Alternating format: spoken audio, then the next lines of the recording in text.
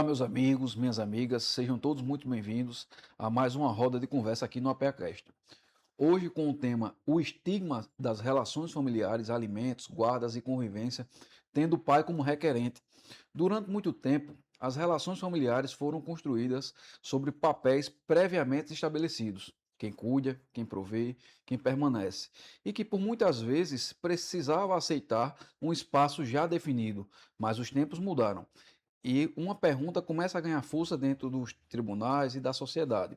Quando o pai busca exercer ativamente sua parentalidade, ele contra a igualdade ou ainda enfrenta estigmas? Quando requer guarda, quando luta por convivência, ou até mesmo quando busca participar de forma mais ativa da criação dos filhos. O sistema está preparado para enxergar essa nova realidade? E para discutir esse tema, recebemos hoje uma convidada com uma trajetória marcada pela advocacia, atuação social e experiência multidisciplinar. Nossa convidada é doutora Silvia Queiroga Nóbrega, advogada inscrita na OAB sob o número 15.406, graduanda em Direito pela Universidade Federal de Campina Grande, com pesquisa voltada à responsabilidade civil médica nas cirurgias plásticas estéticas. Também é graduada em Pedagogia e especialista em saúde pública, agregando uma formação interdisciplinar rara e extremamente relevante para o debate das relações familiares.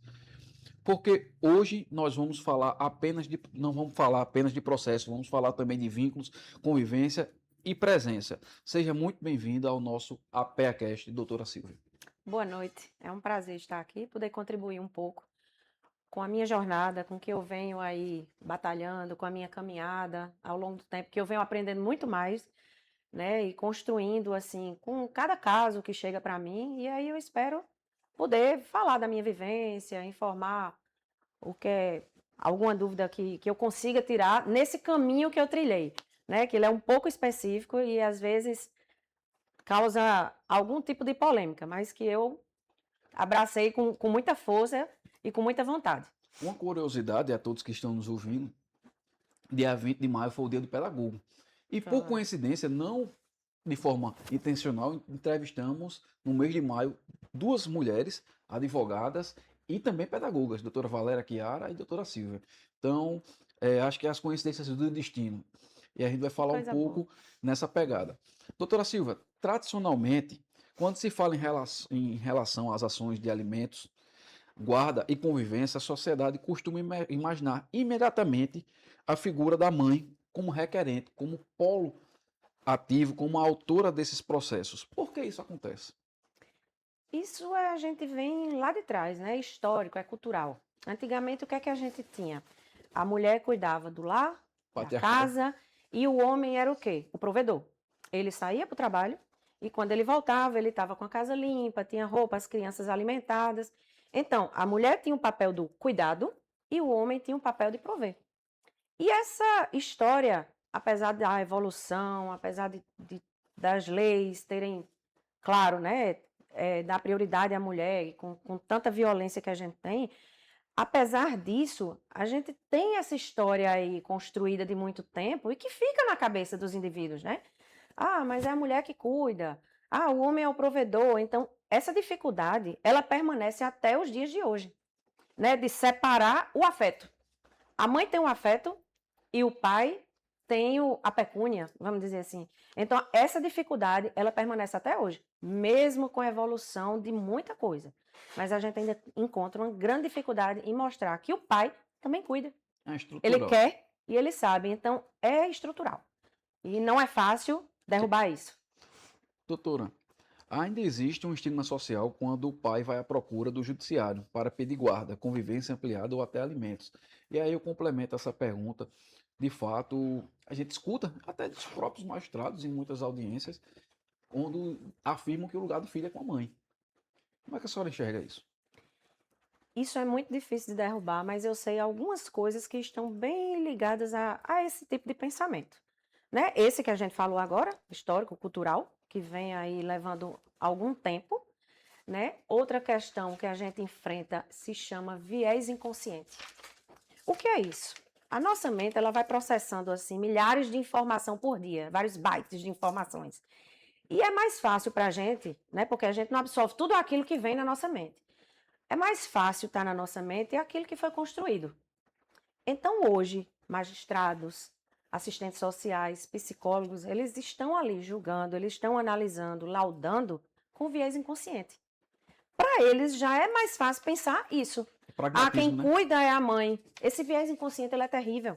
Porque eu já chego tendo que derrubar na cabeça do magistrado isso aí. É muito natural, eles fazem sem perceber. Por isso que se chama viés inconsciente. Eles nem percebem, mas é no automático. Sabe aquele pensamento automático? O pai vem ali buscar, vem ali, ele vai pagar a pensão. Só a regulamentação, só Isso. cuidar dos Uma alimentos. coisa muito difícil. O pai está ali mostrando, comprovando o afeto. Ele tem que comprovar. Aí o que é que vem o pensamento? É pai de Instagram.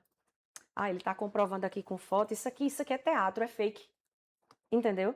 Então, essas coisas, elas já estão ali construídas. E quando eu chego com o meu cliente, eu já tenho que mostrar, não. Vamos desconstruir isso aí, vamos começar o processo com os fatos, com a lei, não com esse pensamento. Mas ele é muito difícil de ser construído. Muito difícil. Não é fácil. É uma luta, sim, bem... que tem que ter coragem para enfrentar. Entendeu? Eu acredito. Doutora, na sua experiência prática, o homem que busca exercer a paternidade ativa ainda é visto com muita desconfiança? Muita desconfiança. Muita desconfiança. Primeiro, a gente tem que pensar uma coisa: convivência e afeto é direito do menor, é direito da criança, do adolescente, certo? Um pai e uma mãe, eles têm direito, por lei, garantidos de ter o afeto, de conviver com a criança e a mãe ou o pai. Tanto que é uma coisa que eu desconstruo de tudo que chega de cliente para mim. Não existe visita. Eu corrijo magistrados, eu corrijo promotores. Participação. Visita não. Um pai convive, a mãe convive. Visita é um estranho. Visita a gente recebe na nossa casa de quem não é nosso familiar. Entendeu? Então é bem difícil, porque eles estão ali. Ele está nessa busca igual? Não, é teatro. Sabe por que o pai está buscando esse afeto? Para não pagar a pensão. A gente enfrenta esse estigma de que o pai está buscando ampliar a sua convivência para diminuir a pensão. Para se eximir. Para se eximir de pensão. Ele é julgado. Aí eu volto de novo para o viés inconsciente. Isso aí já está na cabeça de quem vai julgar. E é muito difícil reverter, mas a gente tem revertido, viu? Doutora, em sua visão, a evolução do direito de família. A gente fala muito do direito que ele está em constante mudança, ele vem acompanhando, pelo menos em prática. A gente aprende isso lá na introdução ao direito, que o direito ele acompanha a sociedade. Mas será que o direito de família acompanhou a evolução da sociedade ou ele ainda segue um certo descompasso? Na minha opinião e na minha vivência, o descompasso é enorme. É enorme. Entendeu? Muita coisa evoluiu. E é aquilo que eu digo, um pai que busca ampliar sua convivência, ampliar o seu cuidado, ou ele que oferta alimentos, ele é visto, ele está ofertando para que seja um valor ali baixo. Então, assim, ainda é muito diferente. E o que é que a gente percebe, né? Tem estudos aí do CNJ, do IBGE, de que, dados de 2025, que quando a vara ela é específica de família, a gente consegue ter mais sucesso em guarda compartilhada, em um pai conseguir uma guarda unilateral, que ainda é muito difícil. Quando são varas que não são especializadas, isso aí é terrível.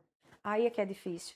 Falta Entendeu? humanização do serviço. Falta Né? humanização, é uma vara que atende um direito bancário, um direito médico, e aí não Acontece tem isso aquele muito no interior, né? pormenor, o juiz já está ali com aquele pensamento de que é a mãe que vai cuidar, uma sentença Já rápida, está pronto, né? já está pronto. Então a gente consegue ter um maior sucesso, um processo ser visto com mais cuidado em varas específicas. E isso são dados do CNJ de 2025, que tem uma diferença que já é considerável. Isso, daqui a Entendeu? pouco a gente vai falar sobre isso. Sobre justamente essas questões que a gente tem enfrentado como o patrono dessas ações. Daqui a pouco a gente vai falar sobre isso, porque realmente a gente vive não só descompasso da questão do direito de família, mas lutando contra as injustiças sociais dos próprios tribunais. Quando falamos em alimentos, muitas pessoas ainda acreditam que apenas a mãe pode figurar como requerente em favor do filho. Juridicamente, isso faz sentido para a senhora? Não, de forma nenhuma. Entrar por esse caminho de direito do homem, que eu gosto e eu faço com segurança, porque eu estudo e tenho estratégia, veio de uma forma que muito natural em minha caminhada, em minha trajetória. Primeiro, quando você começa a advogar, vem os amigos de amigos, e aí começou dessa forma. E eu lembro muito de um caso, de uma audiência, em que eu advogava para um homem, isso faz muito tempo, e aí eu digo, uns 15 anos, e a gente conseguiu isso. Ele tinha a guarda, o avô materno da criança foi declarante, e dizendo que a criança estaria em maior segurança com o pai. E aí, já findando a audiência, eu falei sobre os alimentos. A mãe tinha que prestar alimentos. Aí ela virou, ela disse, nunca ouvi uma mulher pagar a pensão alimentícia. Aí o juiz disse, vai prestar alimentos. Aí o meu cliente, o pai, disse assim, mas eu não preciso não, eu não... Aí o juiz disse, sabe o quê? Não é seu direito. Não é seu direito, é o da criança. Foi exatamente isso. E aí eu botei a mão no braço dele e eu disse, você não pode tirar o direito do seu filho, renunciar ao direito do seu filho. Aí tinha um promotor, obviamente, tratava-se de um menor, e ficou assim, mas você tem noção de que tudo bem, foi há 15 anos, mas para aquela mulher, eu não estou falando de muito tempo, na vida dela ela nunca tinha ouvido falar sobre isso. Então ainda é muito difícil isso. As pessoas acham que o dever de alimentos, de prestar alimento, é só o pai. Somente o pai. Esquece que o dever isso é de ambos, né? Até porque é um direito da criança. É um direito da criança, né? Que é isso que eu penso sempre quando eu vou atender meus clientes. Vamos focar em que a pessoa aqui que mais precisa de atenção é o menor.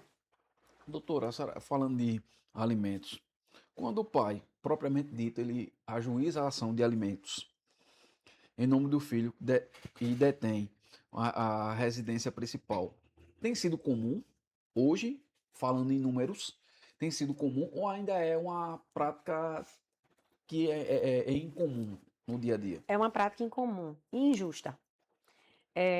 Até porque eu advogo para mulheres também. E aí, se eu advogo, eu vou fazer uma comparação muito simples. Eu advogo para uma mulher e eu peço lá a referência, o dela, e eu digo que ela tem uma medida protetiva. Eu consigo isso com liminar. Eu dificilmente consigo uma liminar em que o pai pede lá a referência para ele, eu mostrando que tem decisão, que a mãe já ameaçou a filha, que tem caso de violência, que ele tem medida protetiva, e aí eu não consigo isso fácil. Inclusive, na prática, eu estou vivendo isso no momento, né? Perfeito. Então, é bem difícil. Como o judiciário costuma analisar situações em que o pai assume integralmente os cuidados cotidianos e passa a suportar sozinho todas as despesas? Quando ele vai pedir, como é que o judiciário ele tem analisado isso? Leva isso em consideração ou ainda volta para aquela parte estrutural que a gente falava anteriormente, cultural, isso é irrelevante. O que ele vai basilar é Não, justamente a questão afetiva. assim, o que nos ajuda hoje, porque a gente precisa de provar, né? A gente precisa provar. Então, a gente enfrenta uma série de questões de mães que chegam e dizem que não tem renda, o pai tem isso, tem aquilo, e não consegue provar. Não consegue provar, né? Ah, mas inclusive rede social hoje é um meio de prova muito válido, certo? Que mostra ali que não condiz e muita gente ganha ação por isso. Ele informa um rendimento, mas na vida social dele ele prova outra coisa, certo?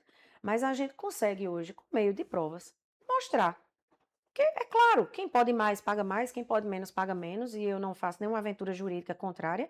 Eu vejo que o meu cliente ele tem lá um poder aquisitivo X e eu não vou pedir uma coisa irreal. Eu deixo ele muito consciente do que é o papel dele, do que o papel do menor, entendeu? O menor de idade ele precisa ter apoio da mãe, do pai. Se mantém os mesmos Entendeu? padrões, né? Exato. O que já existe uma quebra, né? O casal ali ele já não está convivendo junto. Então, assim, quando você convive no mesmo lugar, as despesas ela são menores. Aí depois são duas casas diferentes. Sim. Entendeu? Só que é o que eu digo, são provas. Eu investigo. Cabe a cada parte provar o que está dizendo em relação a alimentos. Né? Perfeito, doutor. Falar por si, no judiciário hoje já não tem tanto poder assim. Ainda bem. Doutora, em situações de guarda paterna, por exemplo, ainda há quem enxergue o pai como um ajudante. Está ajudando. E não efetivamente exercendo o papel de pai, a parentalidade. Como é que a senhora enxerga isso? A gente vai sempre voltar para um ponto X da questão. Aquela estrutura lá cultural de que o pai não tinha contato, não fazia nada, não dava um banho numa criança, não sabia fazer a comida dela. Gente, tem muitos pais que sabem Mudou, lidar né? com isso. Isso mudou muito. Eu convivo com muito pai que a criança ensina lá, tem uma pessoa, quando ele, né, não consegue fazer alguma coisa, a criança é uma menina, dá o banho, tem lá a mãe dele ajudando para essas questões, mas ele faz trança no cabelo, ele faz penteado, ele grava vídeo, ele compra um pijaminha, ele pinta a unha, entendeu? Isso é muito mais recorrente do que se espera. Muita gente fica surpresa com isso, mas na minha vivência, eu não tenho nenhuma surpresa. Eu vejo isso diariamente, diariamente. Levando para jantar, fazendo comida em casa, ensinando a criança a cozinhar junto, atividades domésticas. É a minha vivência hoje. É a minha vivência, entendeu? Perfeito, doutora. Doutora, muda de forma prática, muda em algo, assim, na dinâmica processual, quando o pai é quem possui essa figura ativa no processo, buscando a guarda em relação à mãe, ou não? Não, Pedro, é mais demorado, é mais célere, muda em algo ou Muda, atrapalha? muda. Eu digo que muda e foi aquilo que eu lhe disse. A liminar demora mais. Não, a gente vai para o Instituto Psicossocial. Não, mas espera aí. Eu vou dizer um caso, que não vou falar nomes, obviamente, mas que a juíza disse: mas, doutora, para a mãe ter falado isso, provavelmente ela não estava bem da cabeça. Eu disse: mas se ela não está bem da cabeça, a senhora concorda que ela não pode estar gerindo as atividades da filha? Ela tem que se tratar, cuidar para ela voltar a ter isso? E a juíza ficou sem palavras. Agora, o inverso não é assim. Então, assim, por isso que eu disse, para ir para este caminho, eu tenho que ter provas, eu tenho que ter estratégia. E o que eu digo aos meus clientes: guarde tudo. São prints de conversas, são vídeos, são documentos, porque o homem tem que estar o tempo todo provando. A mulher não. Ela Só basta fala, alegar. ela alega. E a Entendeu? gente, como jurista, tem um cuidado com isso, doutora Silvia, porque a gente fala muito isso, alegar e não provar é o mesmo que não alegar. Mas na Exatamente. prática, principalmente o direito de família, existem essas barreiras, né? Existe. Doutora, quando um pai ingressa judicialmente buscando guarda unilateral com ampliação da convivência em si, que tipos de barreira ele enfrenta? Essas barreiras invisíveis. Quais são essas barreiras invisíveis que ele enfrenta de forma prática? O que é que a senhora enxerga? Que já existe um tabelamento, já existe um julgamento, como a gente falou anteriormente, precedente, já existe um julgamento prévio esperando só para ser aplicado? Primeiro, no nosso ordenamento jurídico, a regra é guarda compartilhada. Isso é o primeiro fator. Se alguém pede uma guarda unilateral, tem algum problema.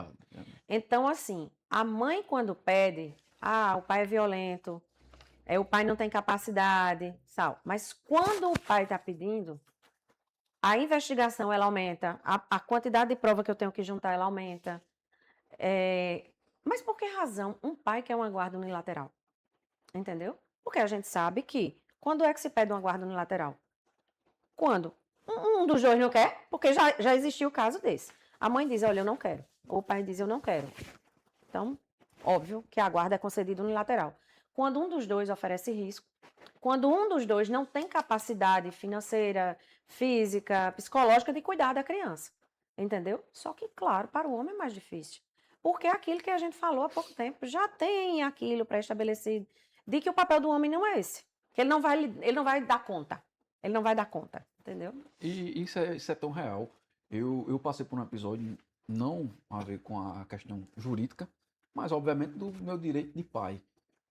Eu sou pai de dois e a minha primeira filha, quando a gente levou a uma pediatra aqui numa cidade de uma pessoa, e eu fui trocar a fralda dela, enquanto minha esposa estava fazendo algumas perguntas, ela aí, isso aqui é papel da mãe. Então isso está errado, não é só no judiciário, isso Não, é não em é. todos os cenários. Então, assim, realmente a gente é diferente, ser pai e genitor, há uma diferença. Do que a gente está falando aqui é da paternidade. E aí, realmente, E eu, eu, eu eu, eu tenho escuto lembrando, muito isso porque eu tenho amigas que fazem assim. Eu tenho vontade de lhe matar, mas tudo bem, eu entendo. E às vezes ela diz assim: fulano é genitor. Não, fulano é pai. Só que isso, assim, a gente tem que, primeiro, uma coisa, né? Separar. Olha, a relação não deu mais certo. Ok. Mas sem levar, é muito difícil. Não levar as mágoas do relacionamento aquele ambiente familiar. Até Vamos porque vai ter lidar os de... desdobramentos, né? Que a gente vai chegar desses desdobramentos. Que eles são bem... E que respinga na criança. E o que é que eu tenho cuidado de dizer para o meu cliente? Vamos cuidar para isso não chegar. Vamos cuidar para isso não chegar. Entendeu? E graças a Deus eu tenho clientes responsáveis, viu? Eu Graças a digo Deus. que, assim, que eu tenho sorte. Mas também eu não faço aventuras. Né? Eu não vou compactuar com coisas que eu não concorde moralmente, juridicamente. Isso para mim não E até traz... porque essas consequências que a senhora já prevê são irreparáveis. Por vezes são irreparáveis. Exatamente. O melhor interesse da criança, doutora, às vezes é confundido com a manutenção automática da guarda materna, concorda? O que é que a senhora Concordo. vê na prática do dia a dia hoje aqui no nosso estado? Falando, a gente vive num estado muito, querendo ou não, conservador. O Nordeste é mais conservador nesses aspectos. É, Culturalmente, a senhora vem de Souza, né? Isso é cultural. E de fato, isso acontece ou não? Ou é firula? Que a manutenção, geralmente, ela já é confundida de forma automática porque nem se olha. É a mãe que tem que ser e eu vou dizer ponto. a pergunta que eu escuto em toda a audiência. Mas assim, o senhor ficando com a guarda, quem vai cuidar? Quem? Não é ele. Percebe que em nenhum momento Perfeito. se diz que ele é o que vai cuidar, mas o senhor ficando com a guarda ou com lá referência, quem vai cuidar? Aí eu faço pela ordem, sabe? Essa pergunta, ela chega a ser desrespeitosa com o meu cliente. Tá anulando, já está Por anulando. que a senhora não perguntou à mãe quem ia cuidar? A mãe não vai trabalhar, não? Não vai precisar trabalhar? A gente vive numa sociedade em que homens e mulheres trabalham. A mulher entrou efetivamente no mercado de trabalho de forma brilhante. De forma brilhante. Mas ela não recebe essa pergunta na audiência. E essa pergunta, ela me pega. Me pega e eu Perfeito. bato de frente. Porque é uma pergunta que eu enfrento em toda a Já audiência. escutei muito. Exato. Doutora, quais situações de forma assim prática, no seu dia a dia, na sua experiência prática, que costumam justificar judicialmente a modificação da guarda? O que é que a senhora observa que o juiz ele tem absorvido mais para que ele possa ser favorável a essa mudança, que não seja apenas a demonstração prática do próprio dever do pai? Está muito atrelada à questão de maus tratos, porque tem, né? De problemas de saúde mental. São assim, o financeiro nunca reverte. Ah, mas a mãe vai ficar ali, ela não tem condições, o pai tem mais. Não, mas aí o pai paga alimentos. O pai paga alimentos, não importa. O pai tem que ajeitar, tem que ter a moradia da criança. Entendeu? Isso aí. Só que assim, quando a mãe já realmente está enfrentando algum problema de violência, porque a gente sabe que tem. Né? Um pai já matou um filho. Mãe também faz isso. Né? Eu tenho um processo em que mãe ameaçou o filho. Isso está nos autos. E apesar disso, a gente ainda não tem uma decisão. Então, é uma questão que modifica guarda ou convivência. E tem que ser modificada. Tem que ser modificada e tem que ser urgente. A gente não pode remediar. O remediar, muitas vezes, não tem mais o que fazer. Né? Já a situação já virou uma questão, infelizmente, muito trágica. Doutora, sobre o direito de convivência, ele é pertencente ao pai e à criança ou a ambos O direito de de convivência é da convivência? criança. A criança tem o direito, por lei, garantido de conviver com o pai e com a mãe, e melhor ainda, o afeto do pai e da mãe. A gente sabe, por história, por estudos, que a criança cresce com mais saúde se ela tiver a convivência do pai e da mãe junto ali. Junto, que eu digo, não precisa ser na mesma casa, mas dividindo o afeto, as comemorações, a vida, Sem barreiras, o né? cotidiano. O cotidiano. Ele é muito mais importante do que uma festa de aniversário que as pessoas vão ali e fazem uma foto. O cotidiano. O levar para a escola, o ajudar na tarefa. Entendeu? O direito, a gente, enquanto operador de direito, a gente tem que botar uma coisa na cabeça. O direito é da criança. E a gente tem que passar isso para o nosso cliente. Esse bem está sendo tutelado, né? Entendeu? É dele. Agora, o pai e a mãe têm direito, por lei, garantido de conviver com isso e de prestar o afeto. Mas o direito é da criança. Quando a convivência ela é restringida injustificadamente, quais impactos isso pode gerar no desenvolvimento do menor? Assim, gravíssimos. E que deixam marcas históricas. Históricas. Né? É uma criança que vai crescer Muitas vezes sem saber porque o pai dela não chegou ali. Se sentindo culpada, né? Porque meu pai não me quis, meu pai não me procurou. Quantas vezes o pai teve a porta que bateu na cara, que não deixou entrar, que foi pegar no colégio e não tinha autorização? A criança se sente rejeitada. Você crescer com rejeição, você não vai ser uma pessoa saudável. Vai ter sérios problemas lá na frente para você enfrentar, que vai precisar de uma terapia. E por que a gente hoje não pensar, não vou cortar isso do meu filho? Eu não vou fazer isso. E eu digo ao pai, não, não faça isso. Eu tenho uma história muito bonita, óbvio que nomes serão preservados, que ele disse à juíza. Eu não quero, eu tenho todas as razões para querer uma guarda unilateral e documentos. Mas eu só quero que ela se trate, que ela veja minha filha como acompanhamento e que um dia ela possa ter a guarda. Porque eu preciso que ela seja saudável para minha filha ser também. Porque ele entende que uma criança saudável é quando convive num ambiente saudável, seja da mãe, seja do pai. A gente está falando muito aqui dessa história de pais separados, obviamente, por isso Sim, que se sim, sim, fala sim. de guarda e alimentos. Então percebe que a criança vai para um lugar, vai para o outro. A Ping-pong. avó materna, a avó paterna, cada um que diz uma coisa e a criança está ali no meio, sem entender. E isso tem um nome, a alienação parental. Parental. E essa alienação parental, doutor, é uma realidade muito presente hoje nos processos de Muito família. presente, muito presente. Agora ela requer provas. Entendeu? Eu não posso chegar com E uma alegar. aventura, ou é alienação parental. Não. Tá vendo alienação parental? Vamos sentar. O que é que você tem de documentos? Eu tenho vídeos, eu tenho. É como eu disse. Tem conversas, tem. Vou dizer um caso muito simples. Chegou para pegar a criança na escola, ou para vê-la no intervalo. Não, sua filha não estuda mais aqui, não. A mãe tirou. Guarda compartilhada. Ela não podia fazer isso. Entendeu? Uma criança que tem um problema alérgico e que mensalmente faz um acompanhamento e no dia da consulta chegou lá, mudou de médico. Infelizmente, a gente não teve como fazer. A mãe não quer mais porque para o senhor não vir. É uma linha muito tênue, né, doutora? Então, o senhor pode me dar um laudo, a direção da escola pode dar um laudo dizendo que ela mudou aqui, eu não tenho conhecimento, juntar, reunir provas. Né? Não dá para a gente chegar com o processo de alienação parental. Até porque o homem já tem que provar por natureza. Imagina um processo de alienação parental. Mas acontece muito, viu? Acontece muito. E como identificar, doutor, o limite da proteção legítima da mãe com o menor de um afastamento indevido do genitor? Como identificar essa proteção? Que a mãe, não, eu estou tentando proteger minha filha. Ou é um afastamento indevido porque ela quebrou justamente isso que a senhora falou, o que estava pactuado, as questões das guardas compartilhadas, e ela tem que comprovar no processo, ela tem que comunicar ao juiz o que está acontecendo. Primeira coisa que eu digo aos meus clientes, eu gosto de deixar amarrado qualquer decisão à sentença, em relação a tudo.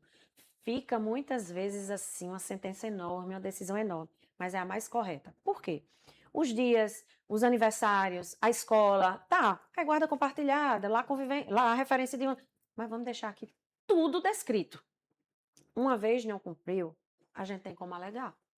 Eu fui buscar na escola, ela não estava, era o meu dia. Não, ela não quer ir hoje. Mas ela não propiciou o pai dialogar com a criança, para saber o porquê. Não, ela só não quer ir.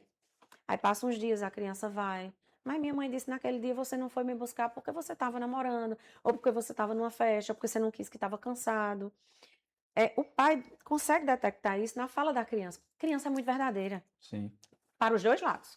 Para os dois lados. Ela vai chegar na casa de um, na casa de outro, e ela vai contar o que ela está vendo. Entendeu? Só que muitas vezes a criança ela está acuada.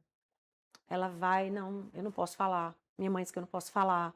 Ela fica quietinha. Vai brigar com a minha mãe. Vai brigar e eu vou ouvir gritos em casa. E o comportamento dela já tá aquele comportamento estranho. O que é que tá vendo? Ela chega mais calada. Minha mãe pediu para eu não falar. Eu não posso falar sobre isso. Os comportamentos, assim, eles de criança, eles são bem perceptíveis. É bem fácil. Assim, um pai detectar. Agora, é como eu disse, precisa reunir provas. Doutor, o que é que mudou efetivamente na figura paterna nos últimos anos no direito de família? O que é que a senhora enxerga assim de forma fora o comportamento dele, obviamente, que a senhora já vem falando, que a sociedade mudou, mas dentro do direito de família, o que é que a senhora nota que mais mudou? Presença, laço afetivo. Que era isso, né? Não se tinha o pai como laço afetivo. Só com provedor. Era né? provedor. Né? Faz tempo que eu percebo que esse provedor, ele até gera certo desconforto para muitos clientes meus e eu fico feliz com isso. Ele não quer nunca ser chamado de provedor. Ele é o pai. E pai é quem cuida, quem ama, quem lê com o filho, quem tira lá, passa um tempinho para ler, para levar numa livraria, para fazer isso. Então, assim, esse papel de provedor tem mudado. E o laço afetivo ganha um grande espaço. Grande espaço. Doutora, a senhora, a gente que opera o direito, a gente tenta lutar contra as desigualdades sociais e contra a nossa luta, na verdade, do direito em si, é justamente o restabelecimento e a inserção social. A sociedade, ela tende a aceitar mais facilmente um pai ausente do que um que luta legitimamente pela, pela presença com o filho. O pai ausente fica até uma história mais bonita de se contar. Entendeu? Ah, mas fulano, o pai era ausente. É isso. Eu tenho amigos que eles buscam a filha na escola, que eles preparam a comida, eles são casados, certo? Ele é casado. Eu conheço o caso que é casado. A mulher tá lá, mora com ele, mas na escola, ele é o responsável por ir buscar, tal. E ele diz que sofre constantes perguntas, assim, perguntas. Você é viúvo? Você é divorciado? Você é gay e adotou uma criança? Porque o pai ter essa maior presença na escola gera olhares estranhos e de julgamentos, entendeu? Isso aí é constante. Doutora, trazendo aqui, antes de entrar em alguns outros pontos, qual a dificuldade que a doutora Silvia, como advogada de família, tem enfrentado com o judiciário mesmo paraibano? Se é só as questões dos preconceitos, digamos assim, da visão já enraizada, ou também as questões processuais artesanais, a unificações de cartórios. Como é que a senhora tem suportado? Porque para muitos pensam que é só o problema dos constituintes, mas afora isso existem tantos outros problemas que dificultam e reverberam na ponta. O maior problema que eu enfrento hoje se chama morosidade. Cartório unificado, a gente não consegue detectar com quem a gente fala, a gente não consegue sentar com o juiz e despachar, a gente não consegue entrar no vara e saber com quem a gente fala, o processo não anda, por mais que você coloque, o processo está ficando feio. Petições, petições, petições, balcão virtual, que você fica lá, você é o 23º da fila, e você nunca é atendido, porque isso virou uma piada. E aí o meu Ele recebe cliente... uma figurinha, né? Vou repassar para o servidor. Vou passar para você. E o meu cliente, ele chega, eu faço print. Eu tenho que fazer print para provar que eu estou trabalhando para o meu cliente. Ele vai ao meu escritório, senta ao meu lado, eu coloco o computador lá e estou mostrando para ele aqui as petições. Mas por que não anda, doutor? Vou dizer um grande problema hoje no direito de família aqui. Um estudo psicossocial. Ou um estudo social, ou um estudo psíquico na PEN. Não funciona. Passa mais de um ano uma criança que não é ouvida. Ah, mas a gente não tem. Gente, o TJ não tem um psicólogo, um assistente social? Isso é um absurdo. Isso é um absurdo. E aí você diz assim, mas você peticionou, aí tem pedido de urgência. Gente, tem menor de idade. Quase sempre tem lá um pedido, uma liminar. Quase sempre tem um pedido de urgência. Entendeu? Quase sempre. Mas infelizmente, é isso que acontece. Torna-se mais doloroso, né? Claro, porque assim, primeiro que você fica sendo confrontada pelo cliente, que ele começa a questionar se é o processo dele que não está andando, porque você efetivamente não está trabalhando, se é o TJ. Então, assim, eu recebo meus clientes. Vem aqui, vamos fazer reunião, porque tem que sanar o máximo que eu puder desses danos que isso acontece. E despachar no fórum com ele. Assim como o pai tem Entendeu? que provar, hoje a advogada Silvia também tem que provar para o cliente. E tem dia que isso causa revolta. Causa revolta. Porque assim, gente, é urgente. O que é urgente não pode ser esperado, é uma criança. E, infelizmente, o maior problema que eu enfrento hoje é essa morosidade. Há uma frase de um comediante político brasileiro que ele afirmava que pior do que tá não poderia ficar. Pior do que tá não fica. E às vezes a gente observa que fica. Ficou. Né? Agora mesmo a retirada de diversas varas regionais integrando à comarca de João Pessoa. Isso tem sido horrível, sobretudo, e aí uma fala pessoal, até uma fala preocupada do ponto de vista pessoal, porque o que acontece hoje quando você se trata, por exemplo, do direito previdenciário ou direito de família, ressalvadas as devidas proporções e os diversos campos e ramos do direito, quando a gente fala de direito de família e direito previdenciário, a gente está falando, por exemplo, direito previdenciário, graças a Deus, ele está numa outra esfera, mas o direito de família é uma área sensível, é uma área que mexe com a emoção, que mexe com o cuidado da criança, com o emocional da criança, nunca passou por aqui, não sabe nem o que é que está acontecendo, passa pela tua... E aí você jogar mais, onde já tinha o que a senhora bem falou, morosidade, é de se preocupar. Aquilo que você disse, pior que tá, não fica. Ficou. O TJPB ficou terrível. E assim, e eu olho para um lado, olho para o outro, e eu faço. E aí, ninguém faz nada, só eu tô reclamando. Eu tenho estagiárias. Será que eu tô errada? Eu tenho estagiárias e elas assim, eu tô me apaixonando por direito de família, doutora. Eu tô animada com isso. E tem dia que ela percebe minha revolta, um balcão virtual, eu volto fora, o meu cliente e tal. Mas, doutor, e aí? E aí, você vai desistir? Eu disse, eu não posso desistir. Eu gosto do que eu faço. Eu amo o que eu faço, pronto. Existe uma coisa que me motiva, é gostar do que eu faço. Então, por isso que eu tô nessa batalha. Mas ela é revoltante. Ela é desigual. Ninguém tá abrindo os olhos pro que o TJ tá fazendo. Ninguém. E E eu se tá, pergunto, não só tem tá ruim coragem, né? pra mim? Só tá ruim pra mim? E eu encontro um colega, gente, e aí? O que é que tá vendo com varas que mudaram?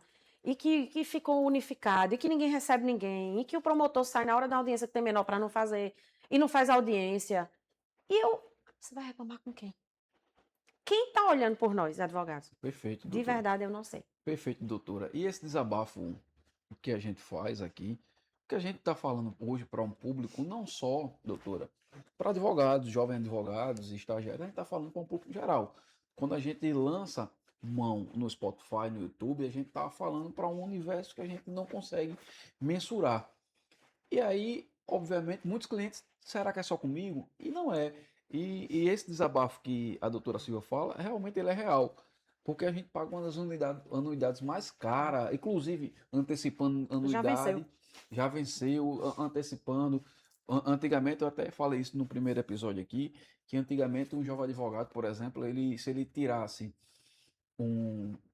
Além da redução hoje do desconto da anuidade para o jovem advogado, antes ele tinha uma flexibilidade maior. Hoje ele já entra devendo. Já, tipo, um exemplo, tirou em dezembro, ele já paga, já perdeu o ano, que ele não, eu não aconselho a tirar, porque você já perdeu o ano, você já paga dezembro. E quando você pensa que vai conseguir o seu primeiro tempo para começar a respirar, você já tem que pagar a anuidade de novo. E esse retorno de forma prática, o advogado ele não busca caixa de assistência. O que ele busca de verdade é respeito, é cuidado, é zelo. Hoje a gente passa reiteradas vezes por problemas como um falso advogado. Acho que é uma prática que não é só. O escritório passou por isso. O cliente pagou 5 mil reais. E quem é que Caiu no fala sobre golpe. isso? Caiu num golpe. Um cliente meu caiu num golpe.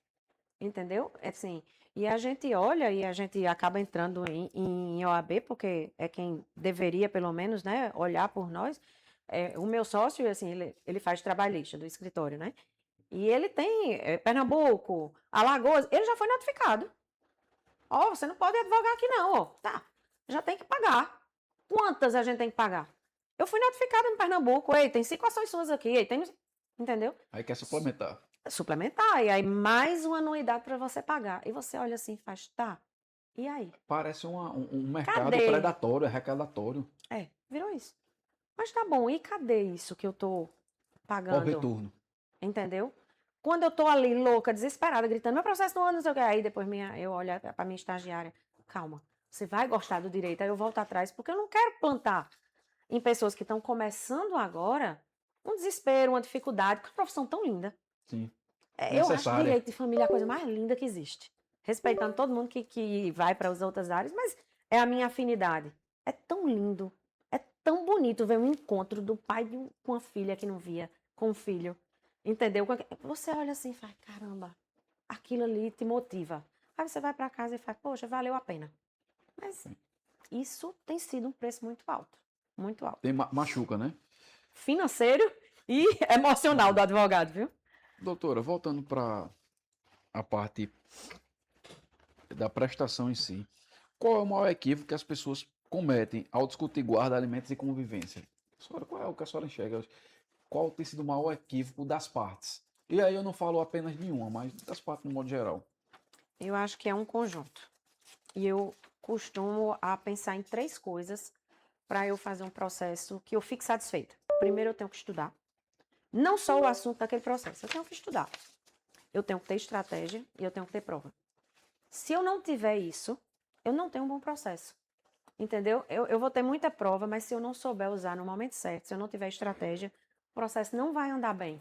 Eu tenho estratégia, mas eu não tenho prova. Eu vou chegar lá e vou fazer o quê? Entendeu? Então, se eu não caminhar com esses 3 elementos para mim, que eu botei na minha vida, no meu cotidiano, eu não vou andar bem, eu não vou caminhar bem com isso. Doutora, qual mensagem a senhora deixaria para as mães e famílias sobre a construção da coparentalidade? Eu acho que elas têm que dizer assim: meu filho precisa de amor, meu, do pai, do avô paterno, da avó paterna, entendeu? Eu acho que o amor. O amor move um monte de coisas na vida da gente. O amor move isso que a gente faz, essa profissão que a gente escolheu. O amor move a gente conviver melhor com as pessoas, entendeu? E a paz. Eu acho que a mãe tem que facilitar essa convivência, porque para ela é mais fácil. Se você está trabalhando com alguém, qualquer coisa que você escolher, você percebe que se você tiver alguém ao seu lado, você vai dividir as tarefas e você vai ter mais sucesso naquele caminho. Então, o direito de família é isso. Entendeu? Vamos caminhar os 2 juntos? A gente não é o melhor amigo, entendeu? Que tem casos que acontece, certo? Mas a gente caminhando junto, a gente vai ter um sucesso. Entendeu? Eu fiz um divórcio, Pedro, em que quando eles abriram a porta do escritório, que tocaram no elevador, vamos tomar um sorvete junto para comemorar? E eles saíram do escritório que foi feito extrajudicial para ir tomar sorvete junto. Tornaram-se até mais amigos, né? E aí eles disseram assim: doutora, a senhora conversou tanto que o caminho melhor seria esse, que eu acho que a gente pensou bem e a minha paz e a paz dela foi o melhor caminho. E eles saíram para tomar um sorvete junto. E todo mundo do escritório ficou assim, ó. E isso não devia ser uma questão. Ah, Vai gente, ser natural. tem que ser, a gente tem que naturalizar a paz. É o Perfeito. melhor caminho. O melhor caminho para a mãe. Claro, claro que eu não vou romantizar aqui um pai que ele não quer ver, um pai que não quer cumprir com suas obrigações. Eu não estou falando para esse tipo de pai, viu, Pedro? Eu não estou falando para esse tipo de família. Eu entendo que eu estou falando para quem é de verdade. E tem. A Sim, gente só não pode generalizar. Eu estou falando aqui das pessoas que generalizam o pai por ser genitor. E não é esse pai que eu estou falando. perfeito. Entendeu? Doutora, para que a gente possa encerrar, a última pergunta. Qual o futuro do direito de família quando falamos em igualdade parental e no fortalecimento da presença paterna? Não desistir. É não desistir. É seguir firme. É não aceitar aquilo que eu falei. Eu não aceito viés inconsciente aqui de magistrado, de promotor, de assistente social. Eu não aceito. Eu não aceito nomenclaturas que são usadas e que foram usadas e que para mim não permito mais. Como visitas, como palavras que elas são distorcidas. Frases que são distorcidas, entendeu? Eu não E aceito. que faz um enorme estrago. Enorme e uma enorme diferença. Pela ordem, excelência, visita não. Pela ordem, excelência, a senhora não pode perguntar quem vai cuidar.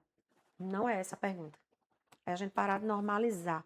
Tem que não permitir normalizar palavras que estão ali. Às vezes, Pedro, ele não falou aquilo nem na malícia. É aquilo que eu lhe disse, está inconsciente. Ah, já tem processado ali de tantos anos. Para que eu vou criar uma nova nomenclatura? Crie, porque o meu cliente, eu não permito que use com o meu cliente. Se a Eu não sociedade permito. muda, as A perguntas gente também tem têm que que mudar, mudar, né? a gente tem que avançar, entendeu? E a gente avança e melhora a vida de um menor de idade. Melhora a Perfeito, vida de um adolescente e até de um adulto, entendeu? perfeito. Doutora Silva, em nome do APEA, da nossa associação, eu gostaria de agradecer a sua presença aqui conosco no APEAcast.